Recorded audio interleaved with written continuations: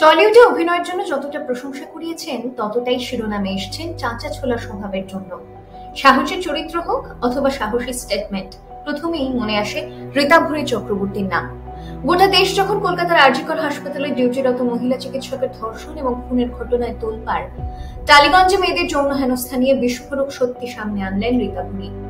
সম্প্রতি মালায়ালাম ফিল্ম ইন্ডাস্ট্রিতে অভিনেত্রীদের যৌন হেনস্থা সংক্রান্ত একগুচ্ছ তদন্তের ব্যাপারে তৎপর হয়েছে কেরালা সরকার।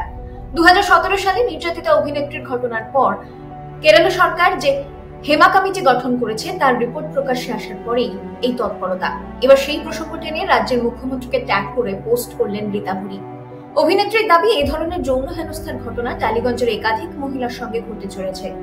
প্রভাবশালী নায়ক, পরিচালক, প্রযোজকরাই হেনস্থা করেন বলে দাবি ঋতাভরীর। এবার সেই ব্যাপারে মুখ খোলার আর্জি জানিয়েছেন ভিকটিমদের। মুখ খুললে কাজ কমতে পারে বা কাজ একেবারেই না আসার ঝুঁকিও রয়েছে, স্বীকার করেছেন ব্রহ্মাজানের নায়িকা। তবু মুখ না খুললে এই অন্যায় চলবেই। ভবিষ্যৎ প্রজন্মের কথা ভেবে, নবাগতাদের কথা ভেবে বিচারের জন্য আওয়াজ তোলার আর্জি ঋতাভরীর। যৌন হেনস্থাকারীদের অনেকেই আরজিকরের নির্যাতিতার বিচার চেয়ে মিছিল করছেন বলে দাবি অভিনেত্রীর। কেরালা সরকারের মতো উচ্চ পর্যায়ের তদন্ত কমিটি গঠন করুক পশ্চিমবঙ্গ সরকার। নিজের সোশ্যাল মিডিয়া পোস্টে সেই দাবি জানিয়ে মমতা বন্দ্যোপাধ্যায়কে ট্যাগ করেছেন ঋতাভরী।